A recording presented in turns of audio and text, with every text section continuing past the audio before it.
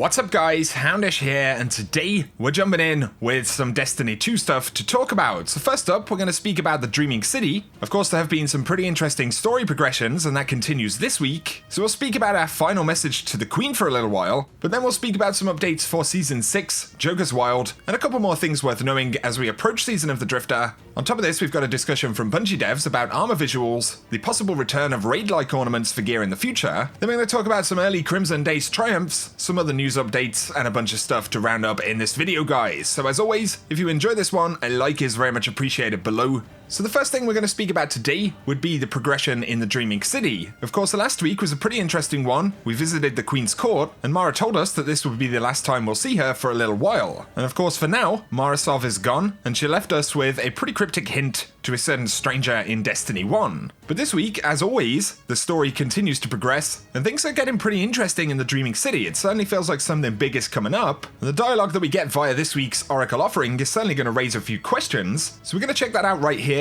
Of course, spoiler alert, skip ahead in the video if you don't want to hear this, but this is our offering to the Oracle this week.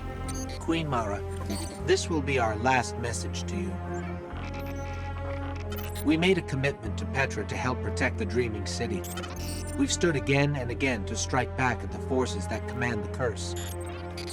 We're proud to fight alongside the Awoken. They're courageous and honorable, and we affirm our commitment to them and to you. We will not let the city fall, but there's no point in calling out to you if you can't hear us. So, we're going dark, but we're not giving up. We are Guardians, and we were made to fight forever. May the light guard you in whatever battles you face.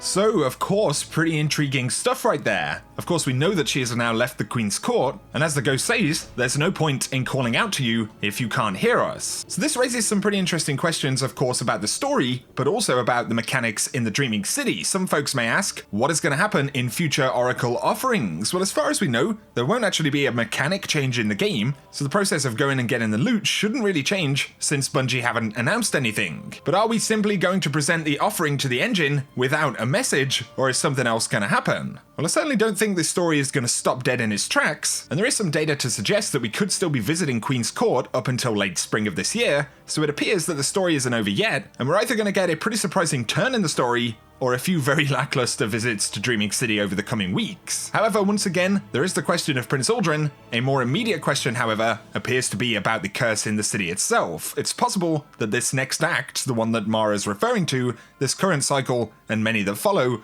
are going to focus on us breaking the curse in some way, shape, or form, but you'll have to give me your speculation down below, guys. The next 2 weeks have potential to be pretty interesting. Up next though, let's move on and speak about Season 6. So first up, Season 6 is going to begin in early March as far as we know. The current season, Season of the Forge, ends on March 4th, and presumably within a week of that, Season of the Drifter will begin. Of course, Bungie have spoken recently about clan bounty changes. We're going to be getting a bunch of different weekly bounties, and these are going to be focused on different types of content, but we'll be able to award things like Enhancement cores. And Bungie mentioned that there would still be weekly raid bounties, and to clarify, DMG said, raid challenge bounties will be separate from the weekly bounties offered by Hawthorne. So we get that clarification right there. There should be 4 weekly bounties, and these will be the new clan bounties able to produce various different rewards like enhancement cores. And then separate to that, raid challenge bounties, the ones that we have right now, should essentially continue to roll out separate from the bounties that she offers purely for clans. Of course, as we get closer to that season boundary, there are a lot of questions about materials, economy changes, and naturally some folks will want to prep for the DLC. We know that Iron Banner bounties and any powerful bounties will not be able to produce powerful gear if you hold them as we go into the new season. However, Cosmo did clarify that there are no current plans to remove any tokens, and they'll let us know if anything changes, and that's very much the same as what we've seen in previous season changeovers. So in terms of DLC prep, if you're curious about that, as far as we know right now, there isn't all that much you can really do. Obviously clear any stuff from this season that you want to get done, try and save any currency where possible, things like shards, glimmer, mod components. Once again, saving bounties will not be an efficient way to get powerful gear in the new season, so otherwise, the prep that you can do is pretty minimal. And honestly, in general, I would encourage kind of just enjoying the new content when we get it, as opposed to trying to blast through it super quickly, but that's just me. However though, with there being conversation about economy, things like enhancement cores, DMG did confirm that for now, there are currently no plans to remove enhancement cores from Infusion, but if there are any changes to this economy, then they'll let us know. So again, this is something that comes up a lot in the community. There will still be an infusion cost of enhancement cores as we go into Season of the Drifter as far as we know. I know a lot of people would love to see this changed. Personally, I'd love to see it changed as well, but it looks like we'll have to wait a little bit longer. But of course, we're now in February, and so Season of the Drifter starts next month. Of course, we haven't had any reveals about Joker's World really, or Season of the Drifter just yet, outside of a few little bits of information. We do have Crimson Days next week, and then I'd anticipate that hopefully Bungie are going to start speaking about Joker's World. There are quite a few things we still need to learn about. Joker's World weekly quests, this will be a new thing in the DLC, and it looks like as well as delivering things like powerful gear, some of the new loot, it also will probably be one of the ways that Bungie deliver some of the Drifter's story content. We are going to be getting Xur bounties, so it sounds like that Xur update that has been desperately needed is finally happening next month as well. So hopefully Bungie will have some stuff to show us about that. And of course there is a new Gambit experience, or what appears to be a new Gambit game mode. So theoretically, it should be kind of a decent news month, or at least in a couple of weeks' time we should get some pretty juicy stuff. Of course, one of the major teases is that Thorn will be returning in Joker's World. Bungie confirmed that in the Last Word trailer. I recently spoke about a possible return of Hawkmoon in Penumbra, and I also noticed some questions about Dreg's Promise, and this one actually stuck in my head because I remember when we learned that we'd be getting Lord of Wolves as well as Queenbreaker's bow back in Destiny 2 for Forsaken. At the same time, Bungie did actually drop a UI icon for the ammo counter for Dreg's Promise into the game, alongside those other 3 Fallen Exotics, of course, which were reprised from Destiny 1. So considering the Queenbreaker and Lord of Wolves did actually come back, and some Dreg's Promise stuff appeared alongside that in the database, it's possible that that is a weapon they've actually kept hold of and could drop into the game at some point. But otherwise, like I say, we'll have to wait for those reveals from Bungie, so let us know any stuff you're curious to see about Joker's World in the comment section, guys, and of course, I will be keeping you posted. Up next though, I want to speak about some pretty interesting Q&A stuff on the subject of some of the visual, cosmetic, and armor stuff in Destiny 2. So Roderick Wise from Bungie, who's a senior character artist, has been responding to a lot of conversation about how armor looks inside of Destiny 2, and this led to a pretty cool Q&A where we got some decent insights into how Bungie do things, and some stuff that could potentially happen in the future. And many of these were actually rounded up on Destiny Roundup by Shackle Shotgun. Destiny Roundup's a really cool place to kind of keep up to date with a lot of the social stuff for Destiny. But some of the questions include, from your perspective, what has shifted in terms of art direction from D1 to D2, and what were the artists trying to achieve? And Roderick replied, different art directors, we have different people depending on the expansion or DLC, as the art director for that content. This means there are multiple styles being created because of the different ways the art directors decide things. Another cool question, I think there's an assumption from people that anything in D1 is easily put into D2. Is this true?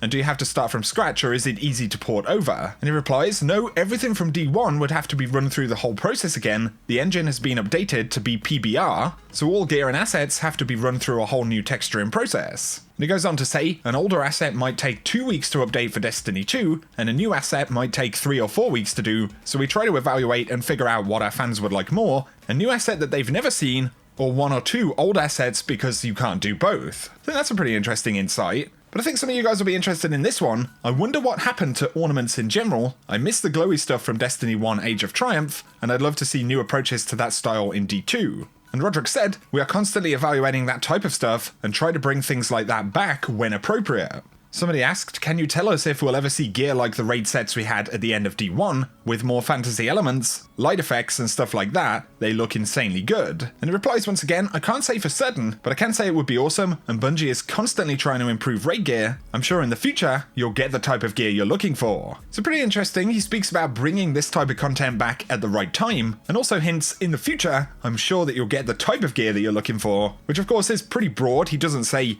hey, we're bringing raid ornaments back next month, but it definitely suggests that it's possible, and it's stuff that is on Bungie's radar. And I guess it's kind of an interesting one, isn't it? Because, you know, if it takes a lot of effort to produce ornaments like we had for the raid gear from Crow's End or something, if that's a very expensive process, then it could be that Bungie don't want to set the bar really high and then have to go through the exact same process for every armor set they ever produce. Because of course, once you have really insane looking stuff, it doesn't feel as good once you look kind of crappy in comparison, I suppose. Either way, I'd love to know your thoughts about that stuff down below, guys. As I've said before, I think there are a lot of opportunities for Bungie to bring back some epic looking gear, and I'd be curious to hear your thoughts in the comment section. Now though, let's round up some stuff. Firstly, still getting a lot of questions about trials, especially when doing update videos and things like that, because Bungie haven't announced anything. Of course, it went away at the beginning of year 2, and interestingly, there was a UI update for trials, so we got some new icons to go on the director and things like that, but that's stuff that Bungie definitely had in the works for a long time, and since then, they haven't actually spoken to any gameplay updates or when trials could come back into the game itself. So for now, it is still very much a waiting game, and with us getting closer to Season of the Drifter and still not hearing anything, I personally don't feel very hopeful that we're going to get it in the next season at least, but that is pure speculation. Interestingly, something a few folks pointed out was a listing for an Iron Banner salvage game mode. This is in the database. You may remember salvage from back in Destiny 1, which was kind of a 3v3 objective mode. And yeah, for some reason, Iron Banner salvage is listed as a game mode, although that doesn't necessarily suggest it's actually something we're gonna get. Something you can go out and get, apparently though, would be an early Crimson Days triumph. So Salty Adam on Twitter shared an image right here, and it's actually possible to complete the 2 to Tango triumph for Crimson Days, where you complete a Nightfall in a fireteam of 2. It pops up on the bottom of the screen, but you can't actually view and accept the triumph in the events tab because Crimson Days isn't active yet. So just a random thing, I don't know if that could affect progress when the event does drop, although presumably you'd just be able to go in and unlock the triumph in that event menu. Of course, last week, Bungie brought out the last word, and we got a pretty cool ornament for the weapon, and DMG did clarify, currently, the ornament for this is exclusive to the Prismatic Matrix, and it'll be added to Bright Engrams in the future. So for now, if you want a chance at that ornament, you'll need to complete the weekly bounty for the Prismatic Facet, but of course you need the ornament to actually be featured in the Matrix for a chance to pick it up. There has been a rising number of complaints about AFKers inside of the game recently especially. They have teams aware of the community frustration around AFK players not pulling their weight, and it is something that they're currently investigating. So obviously if this continues to be an issue on the same kind of level that it is right now, then there could be some new mechanics that Bungie introduced to help that, but those are just a couple of additional roundups right there, guys. And for now, that is going to summarize this week's video. So the Dreaming City stuff is definitely taking a very long time to evolve, but I think there's potential that the next Curse Week, the next visit to the Queen's Court, because presumably that will still be a thing, I think that's going to be pretty interesting. I'd love to hear your thoughts about any Season 6 stuff. I'll keep you posted on any new stuff we learn as always, but guys, if you've enjoyed this video, a rating below is very much appreciated. If you're new to the channel, be sure to hit subscribe to see a lot more Destiny content. But for now, thanks a lot for tuning in, and I hope you have an awesome day.